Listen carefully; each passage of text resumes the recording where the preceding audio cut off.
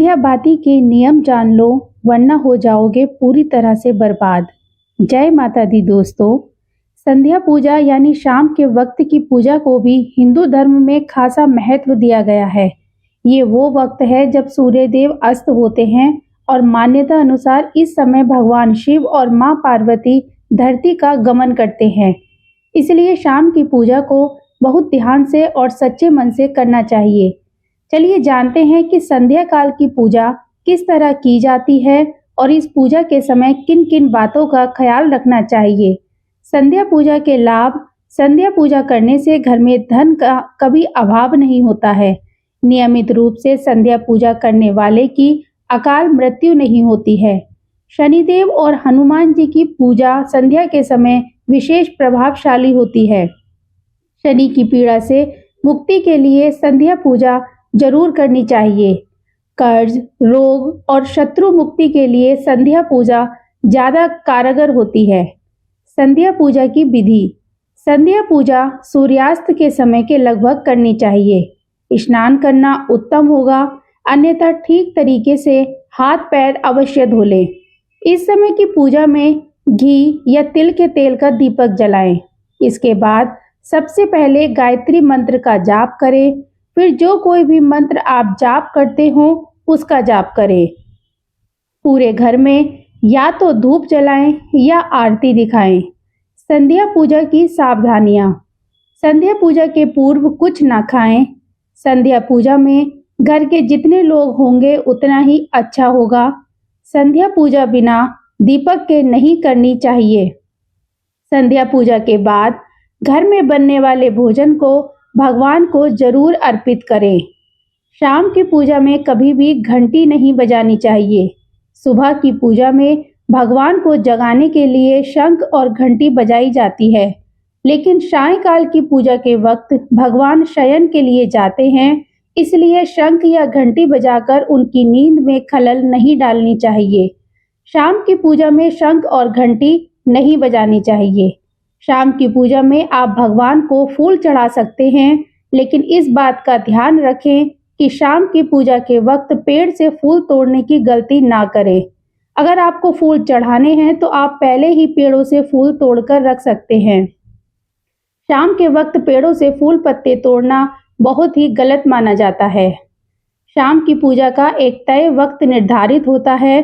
सूर्य अस्त होने से 1 घंटा पहले या सूर्यास्त होने के 1 घंटा बाद तय वक्त पर ही सायंकाल की पूजा करनी चाहिए।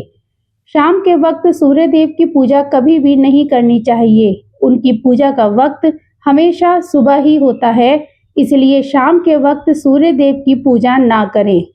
कभी भी संध्या काल की पूजा रात्रि में नहीं करनी चाहिए। ऐसा करने से देवगण नाराज होते हैं, जिससे आर्थिक संकट पैदा हो सकता है।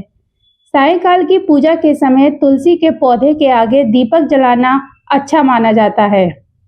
इस समय तुलसी के पत्ते नहीं तोड़ने चाहिए। इतना ही नहीं, सायंकाल की पूजा में तुलसी के पत्तों को भी नहीं चढ़ाना चाहिए।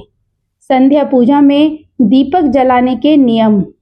ज्योतिष शास्त्र की माने तो पूजा करते समय केवल दीप जलाना ही पर्याप्त नहीं होता, बल्कि उसे कहाँ रखना है यह भी जानना उतना ही जरूरी है। इसलिए दीप को हमेशा भगवान की तस्वीर के ठीक सामने रखना चाहिए। इसके अलावा अगर घी का दीपक जला रहे हैं तो उसे अपने बाएं हाथ की ओर रखें और तेल का दीपक जला रहे हों तो उसे अपने हाथ की दाईं ओर रखें। कैसी होनी चाहिए दीपक की बाती। बहुत से लोग हर तरह के दीप में एक ही बाती का इस्तेमाल करते हैं, लेकिन घी और तेल की बाती अलग अलग होनी चाहिए। अगर आप घी का दीपक जला रहे हों तो दीप में रुई की बाती रखें, लेकिन अगर तेल का दीपक जलाएं तो उसमें लाल धागे की बाती बनाएं। ऐसा करना शुभ माना जाता है। दीपक को किस दिशा में जलाना चाहिए। बहुत से लोग घर के कोनों में भी दिया जलाते हैं, लेकिन ध्यान रखें कि दीपक को कभी भी पश्चिम दिशा में ना रखें। ऐसा करने से आर्थिक परेशानियों का सामना करना पड़ सकता है। साथ ही दीपक को इस तरह से भी ना रखें कि उसकी रोशनी दक्षिण दिशा की ओर पड़े। शाम के समय घर के मुख्य द्वार पर दीपक जलाना भी शुभ होता है। किस समय जलाएं दीप। जब मन करे तब भगवान की पूजा कर ली या दीपक जला लिया, ऐसा करने से नुकसान हो सकता है। इसलिए सुबह 5 बजे से लेकर 10 बजे तक और शाम में 5 बजे से 7 बजे के बीच में ही दीपक जलाना चाहिए। ऐसा हो दीपक, ध्यान रहे कि आप पूजा में जिस दीप का इस्तेमाल कर रहे हैं वह कहीं से भी खंडित नहीं होना चाहिए। खंडित दिए में दीप जलाने से देवी लक्ष्मी अप्रसन्न हो सकती हैं। साथ ही दीपक जलाने से पहले दिए को अच्छे से साफ कर लें। अगर पूजा करते वक्त किसी कारण दीपक बुझ जाए, उसे तुरंत दोबारा जलाकर ईश्वर से क्षमा याचना कर लें। पूजा के दौरान दीपक बुझना, दोस्तों, धर्मशास्त्रों के मुताबिक दीपक के बुझ जाने का अर्थ ये होता है कि देवी देवता आपसे नाराज हैं। ऐसा होने पर पूजा करने वाले की मनोकामनाएं पूर्ण होने में बाधा आती है। ऐसी स्थिति में हाथ जोड़कर ईश्वर से सच्चे मन से क्षमा मांग सकते हैं और दोबारा से दीपक प्रज्वलित कर सकते हैं। पूजा के दौरान दीपक बुझ जाने का एक अर्थ ये भी होता है कि व्यक्ति सच्चे मन से ईश्वर की आराधना नहीं कर रहा है।